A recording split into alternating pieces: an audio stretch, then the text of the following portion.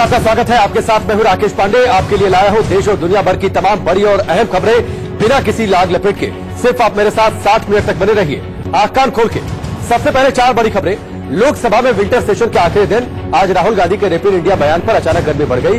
BJP के महिला सांसदों समेत कई नेताओं ने राहुल गांधी का तीखा विरोध करते हुए उनसे माफी की मांग की, जिसे राहुल ने ठुकरा दिया। इसके बाद शाम को बीजेपी नेताओं ने राहुल के खिलाफ चुनाव आयोग में शिकायत की है। पूर्वोत्तर में नागरिकता संशोधन विधेयक को लेकर जारी हिंसक बवाल के बीच गृह मंत्रालय के सूत्रों के हवाले से खबर है कि गृह मंत्री अमित शाह ने अपना शिलांग दौरा रद्द कर दिया है। उन्हें नॉर्थ ईस्ट पुलिस अकेडमी के दौरे पर रविवार को शिलांग जाना था। आंध्र प्रदेश की जगनमोहन सरकार में आंध्र प्रदेश दिशा बिल 2019 को विधानसभा से मंजूरी दे दी गई। इस बिल में महिलाओं के खिलाफ दुष्कर्म और गैंगरेप के मामलों का निपटारा सिर्फ 21 दिन में करने और दोषियों के लिए सजाए मौत का प्रावधान है। और अंतर्राष्ट्रीय rating agency Moody's investors service ने साल 2019 के लिए भारत के विकास दर के अनुमान को घटाकर 5.6% रहने का अनुमान जताया है। हालांकि एजेंसी का यह भी अनुमान है कि साल 2020 और 2021 में अर्थव्यवस्था रफ्तार पकड़ेगी। मूडीज ने अपनी रिपोर्ट में कहा है कि रोजगार में कमी की वजह से चीजों के इस्तेमाल पर असर पड़ रहा है। गुजरात में एक सड़क पर बिक्री प्याज को लूटने के लिए भीड़ लग गई। गुजरात के राजकोट में मंडी में प्याज ले जा रहे एक किसान की बोरी फटने से सड़क पर फैली प्याज को लूटने के लिए लोगों में होड़ लग गई।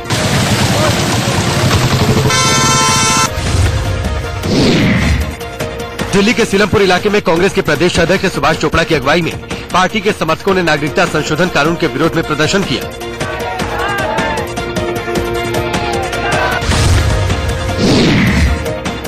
राजस्थान के टोंक जिले में बेखौफ खनन माफिया ने वन विभाग की टीम पर ट्रैक्टर के साइलेंसर से हमला किया और अवैध पत्थरों से भरी ट्रैक्टर ट्रॉली को सड़क पर खाली करके ट्रैक्टर समेत फरार हो गए।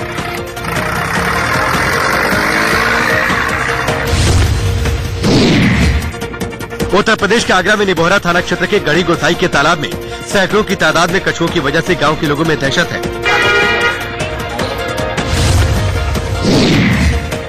पटना विश्वविद्यालय के छात्रों ने शहर के करगिल चौक पर 20 साल की लड़की के गैंगरेप के खिलाफ जमकर प्रदर्शन किया और आरोपियों को जल्द गिरफ्तार करने की मांग की।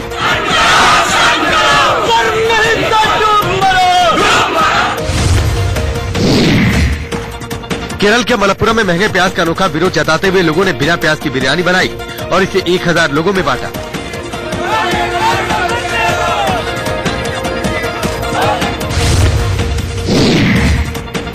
पश्चिम बंगाल के बर्धमान में बीजेपी ने महिलाओं के खिलाफ बढ़ते अपराध का विरोध करते हुए प्रदर्शन किया और मालदा और कामधुनी के रेप मामलों को लेकर ममता सरकार के खिलाफ नारेबाजी की और सीएम ममता बनर्जी का पुतला फूका।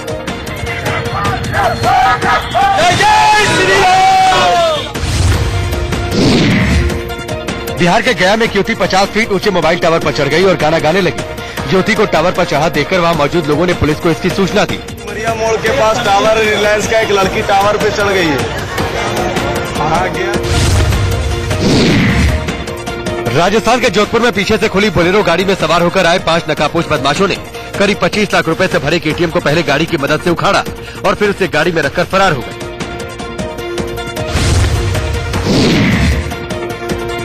पहाड़ों पर हो रही भारी बर्फबारी के बीच उत्तराखंड के चमोली में एक शादी के लिए जा रहे बारातियों को रास्ते में काफी मुश्किलों का सामना कर भरे एक एटीएम को पहले गाड़ी की मदद से उखाड़ा और फिर उसे गाड़ी में रखकर फरार हो गए।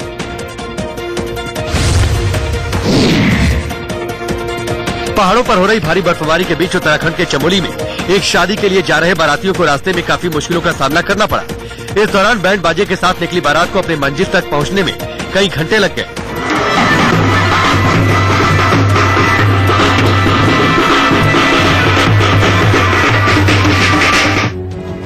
संसद के शीतकालीन सत्र के आखिरी दिन लोकसभा में तापमान बहुत बढ़ गया। राहुल गांधी ने झारखंड की चुनावी रैली के दौरान मेक इन इंडिया के बजाय रेप इन इंडिया का बयान दिया था, जिस पर लोकसभा में बीजेपी और खास तौर पर बीजेपी के महिला सांसदों ने जबरदस्त हंगामा किया और लोकसभा में प्रश्नकाल शुरू करने की भी नौबत नहीं आई।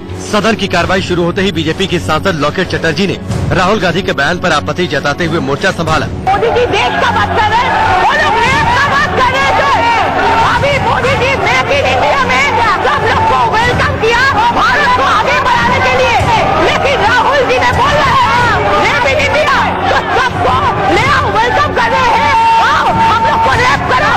ये हम लोग महिला है, पूरा भारत ये महिला का ही अपमान है। लॉकेट चटर्जी के साथ बीजेपी की दूसरी महिला सांसदों ने भी लोकसभा में राहुल के बयान पर आपत्ति जताई और इस बयान को औरतों के साथ साथ भारतीय मर्दों का भी अपमान बताया। लोगों को अपमान किया है सर, सब 5 लोगों को अपमान किया। भारत में सब 5 लोग नहीं है।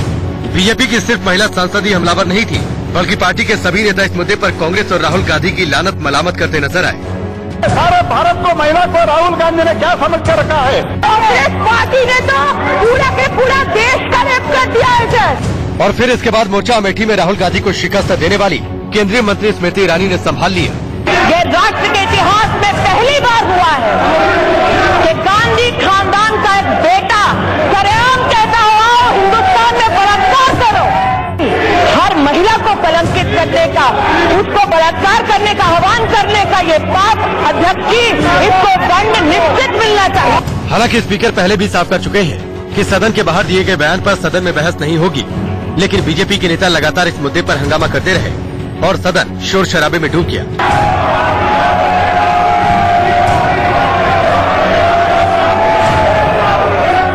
इस बीच संसदीय कार्य मंत्री ने कांग्रेस की सहयोगी पार्टी डीएमके और एनसीपी के महिला सांसदों कनिमोझी और सुप्रिया सुले से राय रखने की अपील की। We have to understand one thing first. This was said outside the house. Sir, the Prime Minister has always been saying, "Make in India." We all respect that flourishing economy. But then, what is happening in this country? That is what Mr. Rahul Gandhi, the Honourable MP, intended it. Unfortunately, Make in India is not happening, and the women in this country are being raped. सहायता कनिमोझी की सफाई BJP को पसंद नहीं आई। स्मृति ईरानी ने उन पर party line के मुताबिक बोलने का तंज कसा और बीजेपी का हंगामा जारी रहा। इस बीच कांग्रेस के सांसद भी अपनी सीट से खड़े होकर नारेबाजी करते दिखे और आखिरकार स्पीकर ने सदन को स्थगित कर दिया। लेकिन सदन स्थगित होने के बाद भी विरोध प्रदर्शन खत्म नहीं हुआ। बीजेपी राहुल गांधी की माफी की मांग पर अड़ी रही और जब दूसरी बार सदन की कार्यवाही शुरू हुई तो मोर्चा खुद रक्षा मंत्री राजनाथ सिंह ने संभाला। मैं तो आहत हुआ हूँ, पूरा सदन आहत हुआ है और मैं समझता हूँ सारा देश आहत होगा। क्या इस सदन में ऐसे भी लोग सुनकर आ सकते हैं अध्यक्ष महोदय, जो कि इस प्रकार के शब्दों का प्रयोग करते हैं? इस बीच कांग्रेस की ओर से भी बीजेपी पर पलटवार जारी रहा। कांग्रेस ने याद दिलाया कि खुद बीजेपी के नेताओं ने ऐसे शब्दों का कई बार इस्तेमाल किया, जिस पर राजनाथ सिंह ने सफाई दी। हमारी पार्टी के कुछ लोगों ने कुछ शब्दों का प्रयोग बाहर किया था, तो मैं आपको याद दिलाना चाहता हूं अध्यक्ष महोदय कि इस सदन में हम लोगों ने स्वयं अपने जिन सदस्यों को जिन्होंने थोड़ा इधर उधर का शब्द प्रयोग किया था, उनको बुलाकर यहाँ पर खेद व्यक्त कराया है, चाहे वह साथी निरंजन ज्योति रही हो, चाहे वो हमारे अनंत कुमार जी हेगड़े रहे। तो कांग्रेस के इतने वरिष्ठ नेता के द्वारा इस प्रकार के शब्दों का प्रयोग किया जा रहा है, तो क्यों नहीं उसे सदन में आना चाहिए और पूरे सदन से ही केवल माफी नहीं मांगनी चाहिए, बल्कि सारे।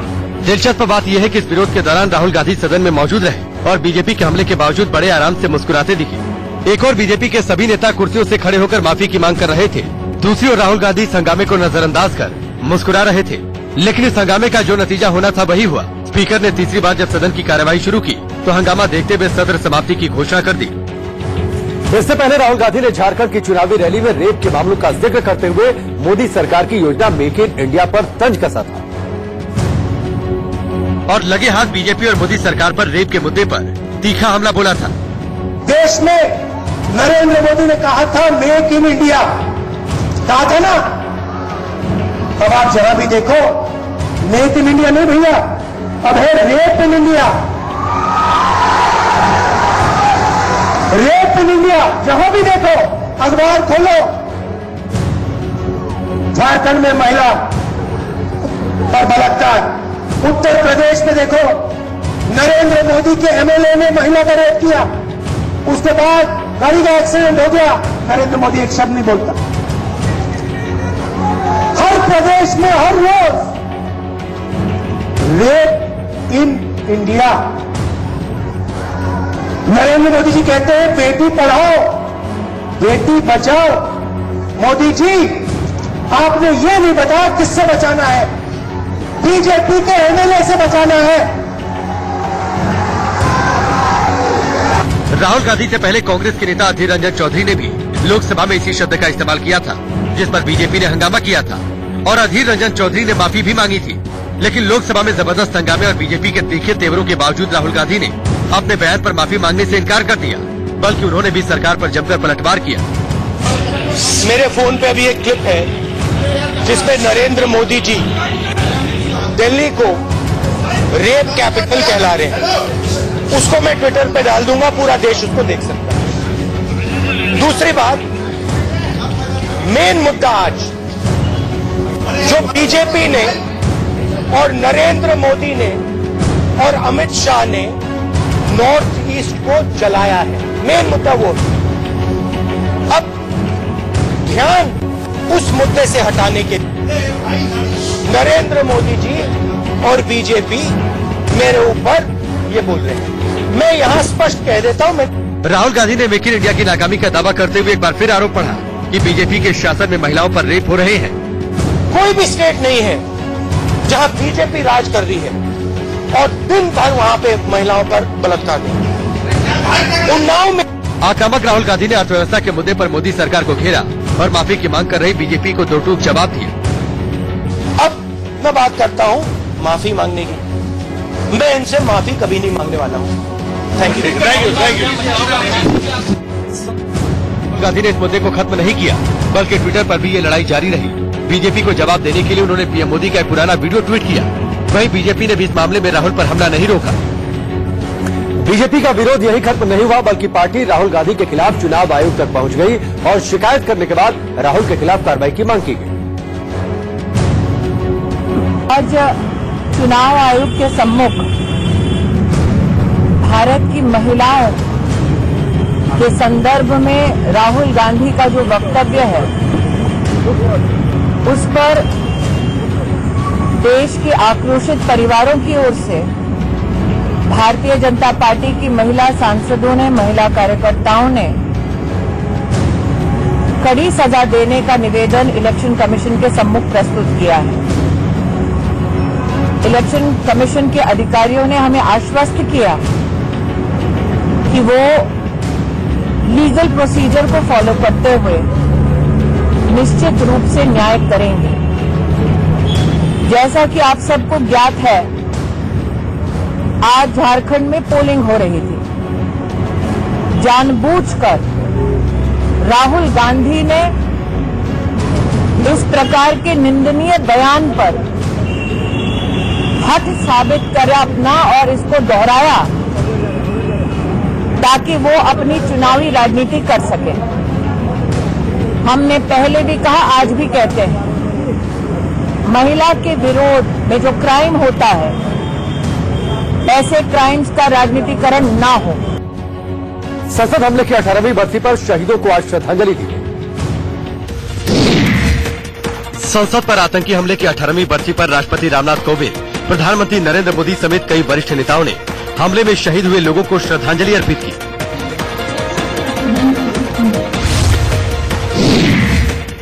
आंध्र प्रदेश के अमरावती में टीडीपी के सांसदों और विधायकों ने राज्य सरकार के खिलाफ national rural employment guarantee scheme के तहत किए गए कामों का भुगतान नहीं करने पर प्रदर्शन किया। अमृतसर में शिरोमणि अकाली दल के अध्यक्ष सुखबीर सिंह बादल और केंद्रीय मंत्री हरसिमरत कौर पार्टी के 99वें स्थापना दिवस के मौके पर स्वर्ण मंदिर पहुंचे, जहां सुखबीर सिंह बादल ने लोगों के जूते साफ किए।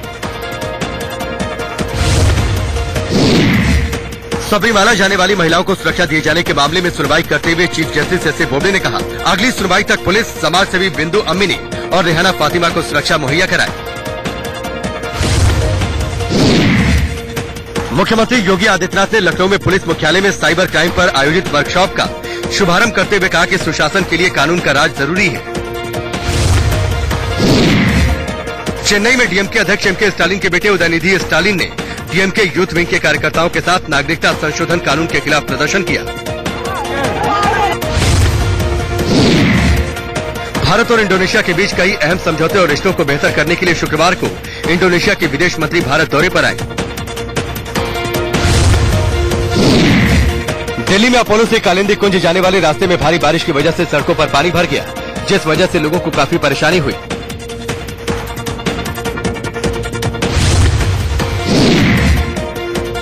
फोर्ब्स ने भारत के वित्त मंत्री निर्मला सीतारमण को दुनिया की 100 सबसे शक्तिशाली महिलाओं की लिस्ट में शामिल किया है।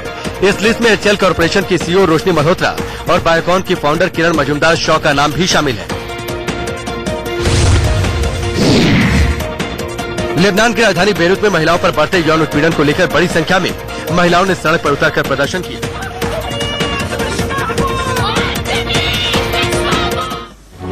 नागरिकता संशोधन बिल पर सियासी टकराव बढ़ता जा रहा है। दिल्ली में कांग्रेस ने जंतर मंतर पर बिल के खिलाफ प्रदर्शन किया।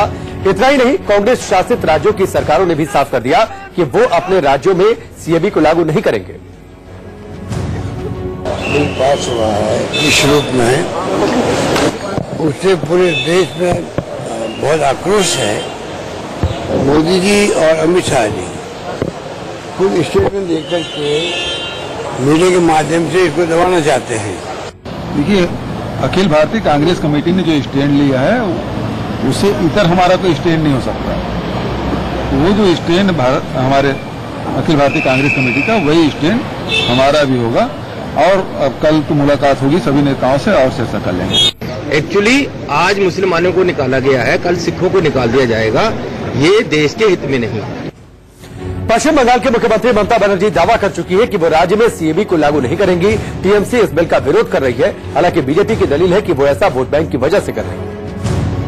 उस वक्त उन्होंने लेफ्ट के ऊपर ये इल्जाम लगाई थी, और इतना बड़ा इल्जाम कि बांग्लादेशी घुसपैठियां जो है वो भारत में एक सूडो वोटर होके बंगाल में वोट दे रहे हैं। आज देखिए वही ममता जी पलट खा रही है। और सीपीएम के बारे में तो ये बात कहा गया था, तो एक्सपेक्टेड था कि केरला में या बंगाल में इस तरीके की बातें की जाएगी। तो करने दीजिए उनको। बाकी पार्लियामेंट जो लॉ बनाती है उसका इम्प्लीमेंटेशन कहाँ किस तरीके से होगा, आने वाले कल जो है वो उसे बताएगी। बंगाल में कहीं पे कोई अशांति नहीं है। अशांति वही लोग करेंगे जो बांग्लादेश से आके अपने देश में मेजोरिटी होने के बावजूद बंगाल में आके जो अपने हक, भारतीयों का हक छीन रहे थे। वो कोई अशांति नहीं है। और बंगालियों में बहुत खुशी है, जो एक्चुअल भारतीय है उनको बहुत खुशी है। वहीं जेडीयू के नेता प्रशांत किशोर ने पार्टी लाइन से अलग स्टैंड लेते हुए गैर बीजेपी राज्यों से अपील की है कि वो सीएबी का विरोध करें। प्रशांत किशोर ने ट्वीट किया। ट्वीट पर क्या लिखा वो आपको बताते हैं। संसद में बहुमत आगे रहा, अब न्यायपालिका के अलावा देश की आत्मा को बचाने की जिम्मेदारी देश के 16 गैर बीजेपी मुख्यमंत्रियों के ऊपर आ गई है। पंजाब, केरल और बंगाल के मुख्यमंत्री ने सीएबी को नामंजूर कर दिया है। अब बाकियों को भी इस मामले में अपना रुख स्पष्ट कर देना चाहिए। ये प्रशांत किशोर का ट्वीट। नागरिकता संशोधन बिल पर केंद्र और विपक्ष की सरकारों वाले राज्यों में ठन गई है। ममता के साथ केरल की विजयन और पंजाब की कैप्टन अमरिंदर सरकार ने अपने राज्यों में सीएबी लागू करने से इनकार कर दिया है। दूसरे कांग्रेस शासित राज्यों ने भी संकेत दिया है कि वो सीएबी को लागू नहीं करेंगे। वहीं इस बिल के खिलाफ सुप्रीम कोर्ट में जयराम रमेश ने याचिका दर्ज की है। टीएमसी की सांसद महुआ मित्रा ने सुप्रीम कोर्ट का दरवाजा खटखटाया है। हालांकि सुप्रीम कोर्ट ने इस पर जल्द सुनवाई से इनकार कर दिया है। असम समेत पूर्वोत्तर के राज्यों में और उसके साथ ही जोधपुर में हथियार के दम पर ज्वेलर्स से लूटपाट की गई। राजस्थान के जोधपुर में कार में आए बदमाशों ने स्कूटर पर जा रहे 2 आभूषण व्यापारी को हथियार दिखाकर लूट लिया। वारदात सीसीटीवी में कैद हो गई।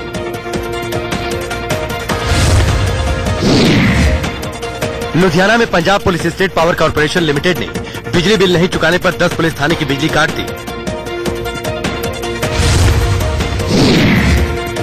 मध्य प्रदेश के ग्वालियर में 10वीं कक्षा की एक बच्ची ने आत्महत्या कर ली।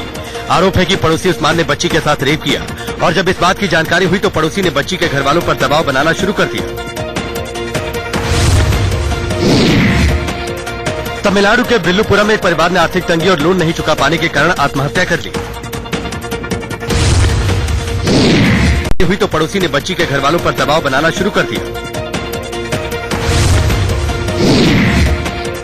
तमिलनाडु के विल्लुपुरम में एक परिवार ने आर्थिक तंगी और लोन नहीं चुका पाने के कारण आत्महत्या कर ली। ओडिशा के मयूरभंज में गुस्साए जंगली हाथी ने एक मोटरसाइकिल को अपने पैर से तोड़ दिया। इस दौरान लोगों ने हाथी को भगाने की कोशिश की, लेकिन हाथी बाइक तोड़ता रहा।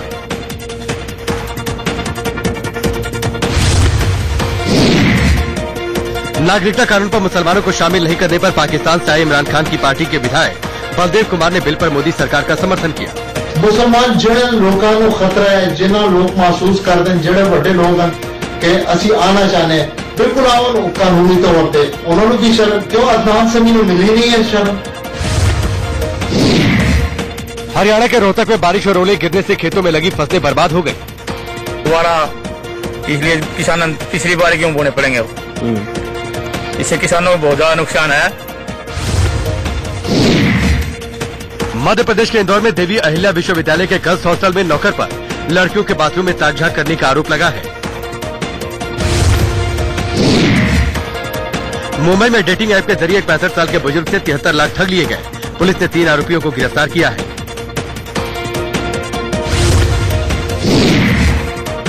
आईपीएल 2020 के लिए 997 खिलाड़ियों में से 332 खिलाड़ियों को शॉर्टलिस्ट किया गया है। 19 सितंबर को कोलकाता में इन खिलाड़ियों की नीलामी होगी। संस्कृत भाषा से डायबिटीज और कोलेस्ट्रॉल से संबंधित बीमारियों को कंट्रोल किया जा सकता है। ये अजीबोगरीब बयान सतना से बीजेपी सांसद गणेश सिंह ने दिया। अमेरिका की एक यूनिवर्सिटी के रिसर्च के हवाले से दावा किया है कि संस्कृत बोलने से शरीर का तंत्रिका तंत्र मजबूत होता है और उससे डायबिटीज और कोलेस्ट्रॉल को काबू किया जा सकता है। आपके इस बयान के बाद गणेश सिंह सोशल मीडिया पर खूब ट्रोल किए जा रहे हैं।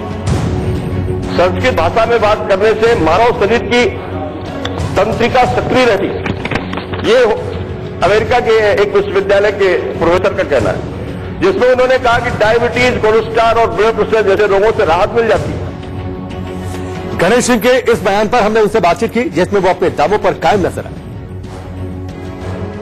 बीजेपी सांसद गणेश सिंह जी हमारे साथ में मौजूद है। गणेश सिंह जी, कल कहा जा रहा है कि संस्कृत के बारे में आपने कहा था कि संस्कृत डायबिटिक भी कंट्रोल करती है, हाइपरटेंशन भी कम करती है, क्या ये बात सही है? किस तरीके से, किस आधार पे? देखिए ये एक अध्ययन के चलते गूगल मैप में जाइए, गूगल के सर्च के बाद मैंने इस बात को कही है, मेरे पास उसके प्रमाण है।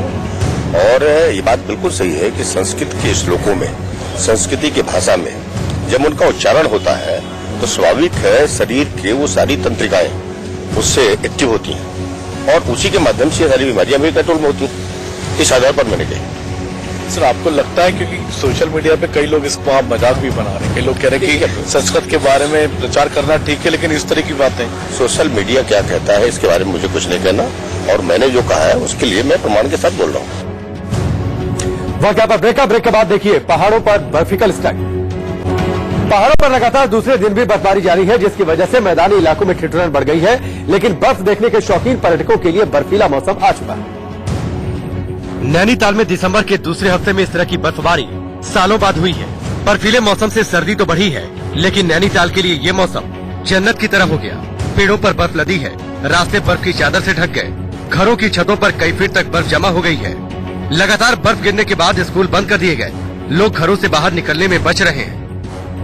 बर्फीले मौसम में खूबसूरत तस्वीरें श्रीनगर से भी आई।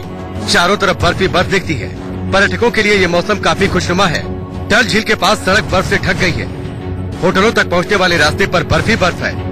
घरों के बाहर खड़ी कार बर्फ से ढक गई है। हालात ये है कि अगर बर्फ हटाई भी जाती है तो थोड़ी देर में फिर से बर्फ की चादर वाहनों को ओढ़ लेती है। इसीलिए सड़कों पर चलने वाले वाहनों पर बर्फ दिख रही है।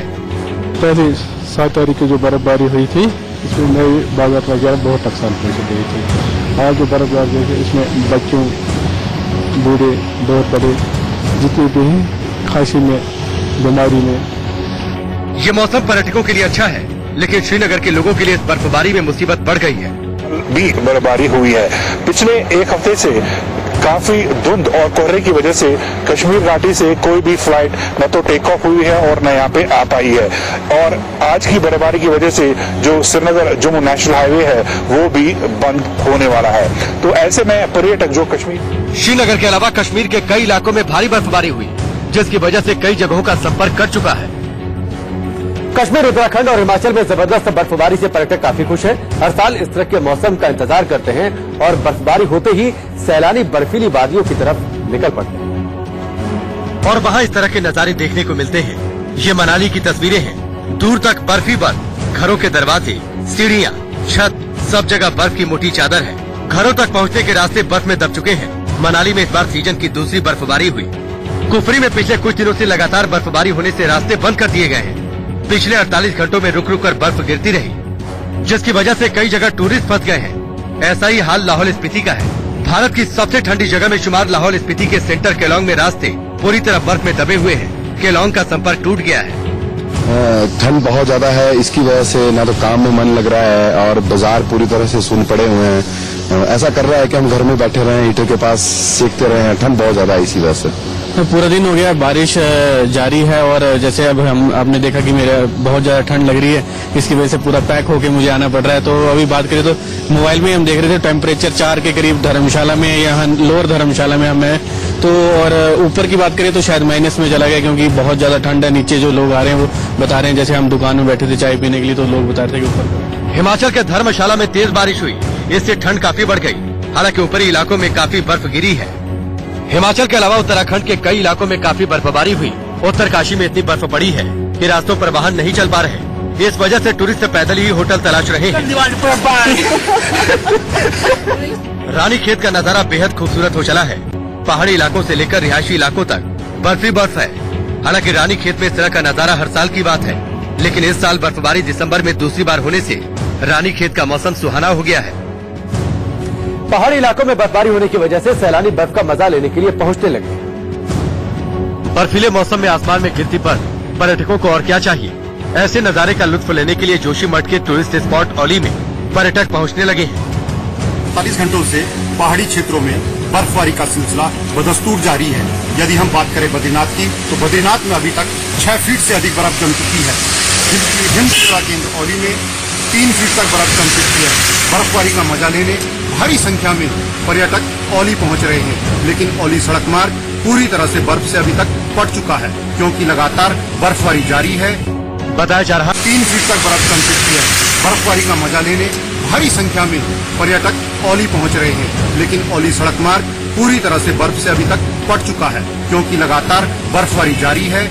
बताया जा रहा है कि अगले 48 घंटे इसी तरह का मौसम रहने वाला है।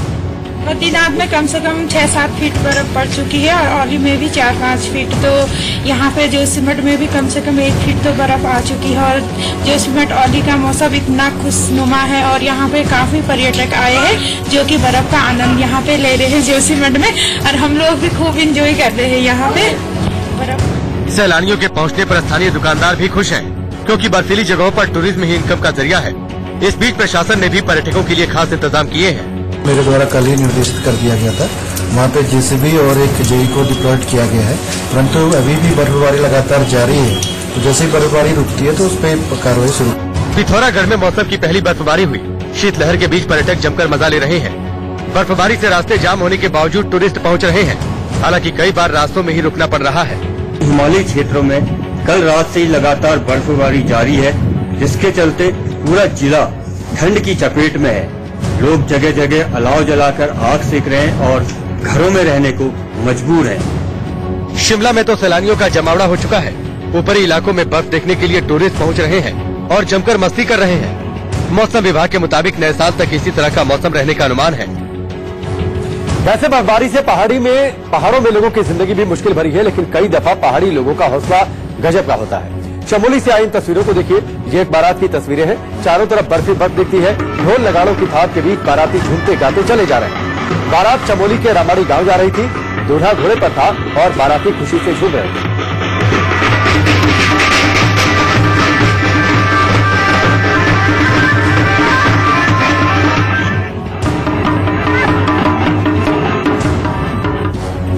गुजरात के राजकोट से एक ऐसी तस्वीर सामने आई है जिसे देखकर आप हंसेंगे भी और उदास भी हो जाएंगे।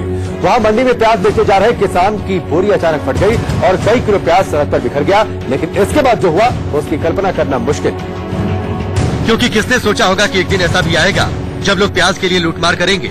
लेकिन ऐसा हुआ और भीड़ सड़क पर प्याज की लूट करती नजर आई।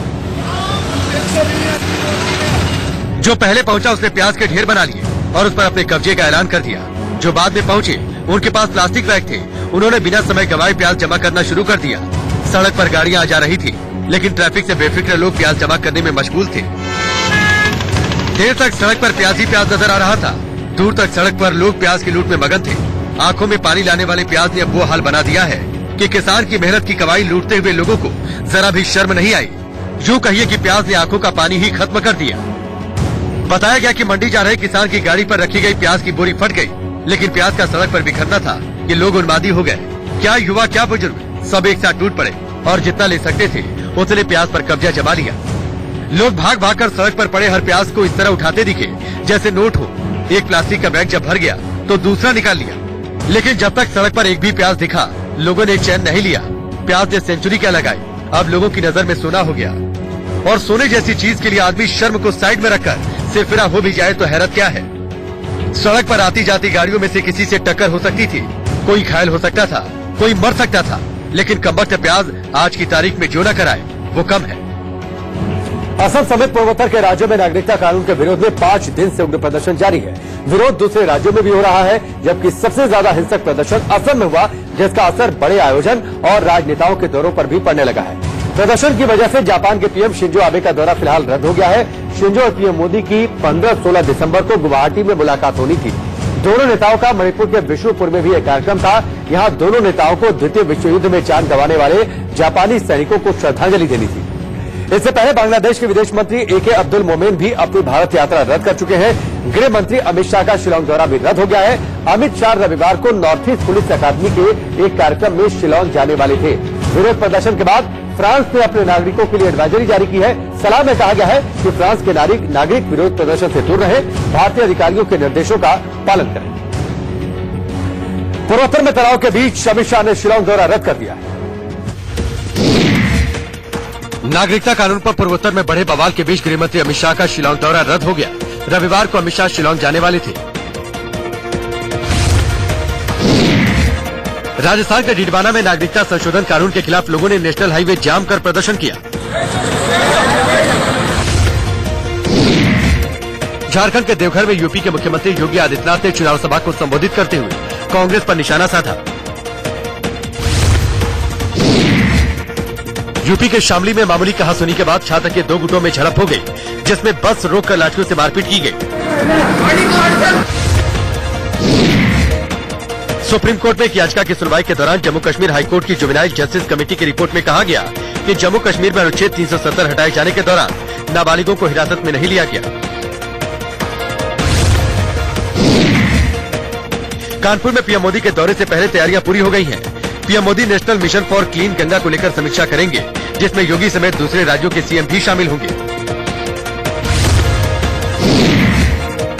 ग्रेटर नोएडा में रहने वाले उमेश की हत्या के बाद गुस्साए लोगों ने नोएडा थाना सेक्टर 20 का घेराव करते हुए सड़क पर मृतक का शव रखकर प्रदर्शन किया। गुरुग्राम में प्याज की बढ़ती कीमतों के बाद रेस्टोरेंट और फास्ट फूड के ठेलों पर भी खाना महंगा हो गया, जिसकी जानकारी लिखकर दी गई। भारतीय टीम के युवा तेज गेंदबाज जसप्रीत बुमराह पूरी तरह फिट हो चुके हैं। विंडीज के खिलाफ होने वाले दूसरे वनडे मैच से नेट प्रैक्टिस में बॉलिंग कर अपनी फिटनेस साबित करेंगे। कारोबारी हफ्ते के आखिरी दिन सेंसेक्स 428 अंकों की बड़ी उछाल के साथ 41,009 पर बंद हुआ, तो वहीं निफ्टी 115 अंकों की बढ़त के साथ 12,086 पर बंद हुआ।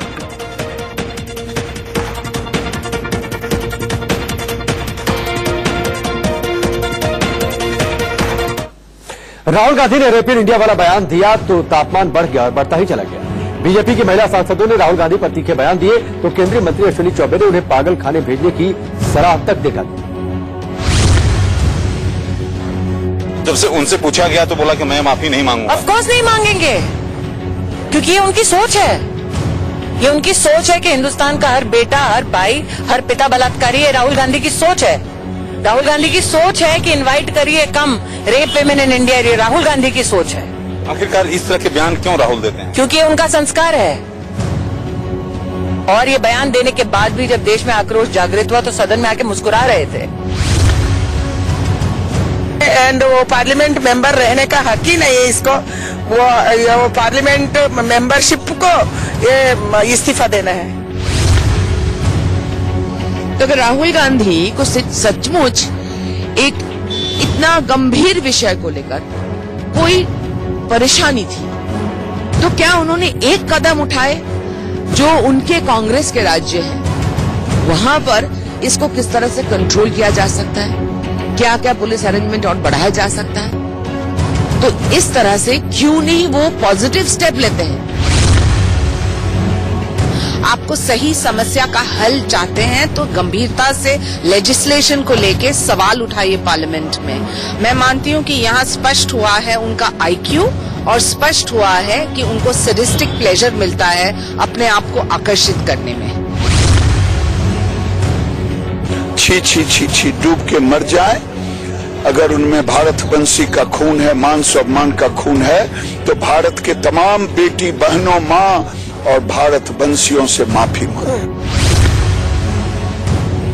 कि कांग्रेस, या तो कांग्रेस की संस्कृति और संस्कार ही ऐसा है जो वो माफी नहीं मांग रहे हैं, या राहुल गांधी पागलपन और दिवालियापन का शिकार हो गया है। ऐसे लोगों को पागल खाना में बंद करना चाहिए। अगर माफी मांगना चाहिए, हिंदुस्तान के प्रधानमंत्री नरेंद्र मोदी जी को माफी मांगना चाहिए, क्योंकि रोजाना हिंदुस्तान में 106 महिला के ऊपर बलात्कार होते हैं, जिंदा जलाए जाते हैं। नेशनल क्राइम रिकॉर्ड ब्यूरो के हिसाब नरेंद्र मोदी जी से पढ़ ले, बीजेपी पार्टी पढ़ ले, उसके बाद राहुल गांधी के खिलाफ जो बोलना है बोलो।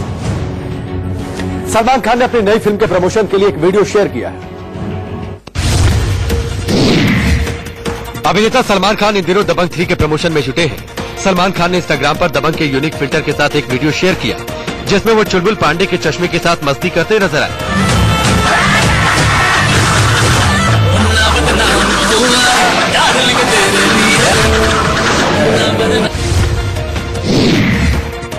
फिल्म निर्माता और अभिनेत्री दिव्या खोसला का वीडियो सॉन्ग याद पिया की आने लगी पहले ही धूम मचा रहा है। अब उन्होंने इस गाने पर अपने डांस प्रैक्टिस का वीडियो शेयर किया है।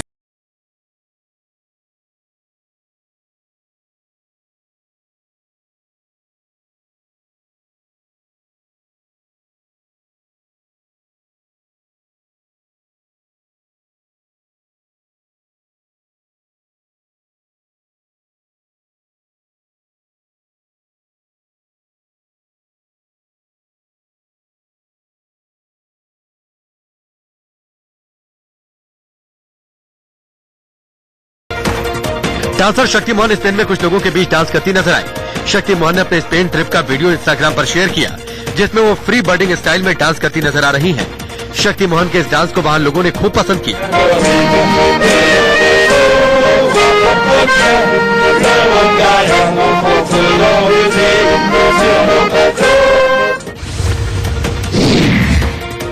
प्याज की बढ़ी कीमतों का असर बॉलीवुड पर भी है। अभिनेत्री ट्विंकल खन्ना ने अपने इंस्टाग्राम अकाउंट पर प्याज वाली इयररिंग से पोस्ट की, जिसकी सोशल मीडिया पर खूब चर्चा है। ट्विंकल ने मजाकिया अंदाज में लिखा कि प्याज वाले ये इयररिंग्स उनके पति अक्षय कुमार लेकर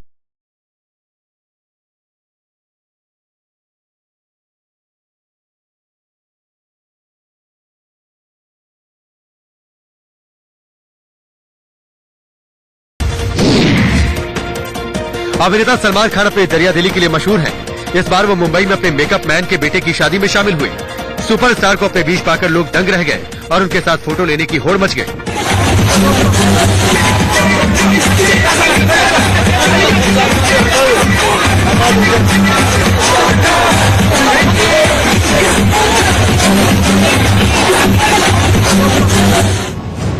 वाकया पर ब्रेक का जल्द वापस लौटते हैं। नागरिकता संशोधन बिल के विरोध में असम दहक रहा है। यह आग अब दूसरे राज्यों में फैल रही है। दिल्ली की जामिया विश्वविद्यालय में बिल के विरोध में हिंसक प्रदर्शन हुआ।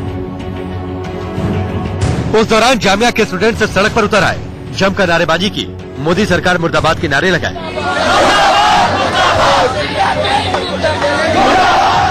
स्टूडेंट्स ने सड़क जाम कर दिया। जाम खुलवाने के लिए पुलिस पहुंची तो प्रदर्शनकारियों ने पत्थर फेंकने शुरू कर दिए। जैसा कि आप देख रहे हैं कि हम अभी जामिया में मौजूद है, जहां से जामिया यूनिवर्सिटी के अंदर से स्टूडेंट पत्थराबाजी कर रहे हैं। सिटीजनशिप अमेंडमेंट बिल को लेके ये प्रोटेस्ट जामिया यूनिवर्सिटी में आज सवेरे से था, लेकिन अभी कहीं ना कहीं प्रोटेस्ट बहुत ही ज्यादा वायलेंट हो चुकी है। पुलिस को भी रिटेलिएशन में टियर गैस शेलिंग्स करनी पड़ी, लेकिन फिर भी हम देख रहे हैं कि प्रोटेस्टर्स कैसे बाहर निकल के पत्थराबाजी कर रहे हैं। पुलिस को कानून व्यवस्था बनाए रखने के लिए छात्रों को खदेड़ना पड़ा, जिस दौरान पुलिस ने आंसू गैस के गोले छोड़े। सर, ये जो सीबीएसई कानून है ये सारे मुसलमान के खिलाफ है, और ये मुसलमान जितने भी लोगों, जितने हिंदू, जैन, फारसी जितने भी हैं, सभी को हक मिला है, और हम मुसलमानों को छाड़ दिया गया, अलग हट के रखा गया है। ब्रिटेन के आम चुनाव में कंजर्वेटिव पार्टी ने शानदार जीत हासिल करते हुए बहुमत हासिल कर लिया है। वहीं भारतीय मूल के कई उम्मीदवारों ने भी जीत हासिल की है। कंजर्वेटिव और लेबर पार्टी दोनों से करीब 1 दर्जन भारतीय मूल के सांसदों ने अपनी सीट बरकरार रखी है, जबकि कुछ नए चेहरों ने भी जीत हासिल की है। भारतीय मूल के नए उम्मीदवारों में कंजर्वेटिव पार्टी के गगन मोहिंद्रा और क्लेयर कोर्टिनो और लेबर पार्टी से नवेंद्र मिश्रा शामिल है। इनके अलावा पूर्व गृहमंत्री प्रीति पटेल ने भी विटहेम से आसान से जीत हासिल की है। इस बार भी वो जॉनसन की टॉप 10 का हिस्सा रहेंगी। इंफोसिस के सह संस्थापक नारायण मूर्ति के दामाद ऋषि सुनक ने भी जीत हासिल की है। इसके अलावा पूर्व मंत्री आलोक शर्मा ने भी रीडिंग वेस्ट सीट से जीत हासिल की है। नॉर्थ वेस्ट कैम्ब्रिजशर सीट से शैलेश बारा ने भी जीत हासिल की है। और आखिर में चलते चलते आज का गीत, सिर्फ 31 साल की उम्र में इस दुनिया को अलविदा कहने वाली अभिनेत्री स्मिता पाटिल की आज पुण्यतिथि है। साल 1982 में अमिताभ बच्चन के साथ आई उनकी सुपरहिट फिल्म शक्ति के इस खूबसूरत गीत के साथ आपको छोड़ जाते हैं। नमस्कार।